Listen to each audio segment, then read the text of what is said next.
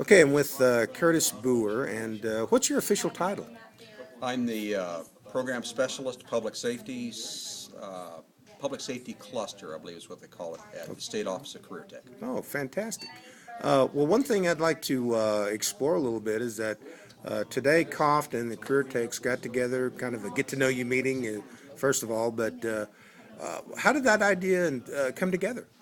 Well, as a matter of fact, I got together with the guy that's holding this camera, which is Jim Reynolds, and I'd had a couple of conversations up in Stillwater about how to improve our communication, and we ended up with this idea of having the tech centers and have the people that are actually overseeing fire training get together with you and perhaps some of your staff and have a meeting and end up with a meal, and that's what we've done. It's been a very, very good experience. Well, I got a chance to talk with several of the participants, and it seems like one of the really beneficial things that came about is that they got to know about COFT a little bit. What is it that you see as far as maybe the future between what COFT and the career techs can do together?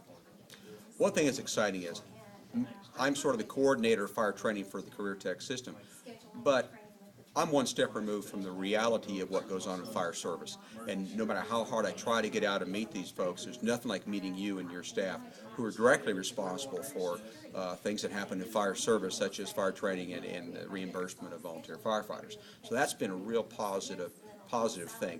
I think it's sort of renewed people's enthusiasm for why they're doing the fire training, and also gives them contacts in the future, getting hold of you people, and also just knowing more directly they're tied directly through where fire service they tie into besides out in the field. Well, and as far as the career techs as a resource, to deliver the training, I think you guys have really made some major advances here in your own communication, internal communication. What do you think are some of the benefits that will come from that? I think one thing that's happened is this is the first time we specifically gotten this many of our coordinators together with a single purpose in mind. We do frequently meet discussing their overall responsibilities, which is safety training, fire training, CLEAT training, very short-term health training. But this is the first time we've sat down and focused on fire service training for basically for a 4-hour block. And I think it's real exciting for them because for the first time they've been able to sit and discuss how are we going to trade skills, how are we going to share skills, how are we going to share resources, and it's been done in a fairly realistic way here.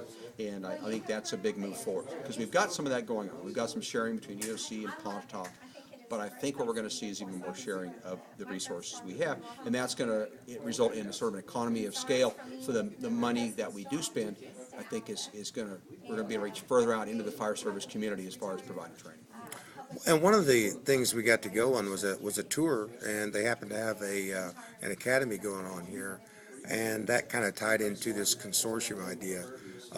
What are some of the things that you learned about as far as that effort? Well, what I've learned is that, and I already know this conceptually, that EOC is sort of our lead tech center as far as having everything but dorms on site. I mean, they can literally put on a full-time firefighter academy here. They've got the fire trucks, the training, the ambulances, and basically the burn towers and all the facility. But what I have learned is that this is something that we can formally use as a model because we have 10 fire training centers statewide. We don't utilize them as much as we should, and this is a good model at EOC for these other people to go home to the 9 other fire training centers and say, how can we utilize that classroom, those fire trucks, that burn tower on a more efficient basis, and how can we borrow from our neighboring tech centers that have more skills in these areas to sort of increase our efficiency, I guess. So that's been a thing I've seen and learned today. Yeah, one of the things I saw too is that one of the suggestions came about to have more meetings like this. So I'm really looking forward to getting the chance to do that again, and getting the chance to do it with a lot of these same people, and maybe some more next time. Sure.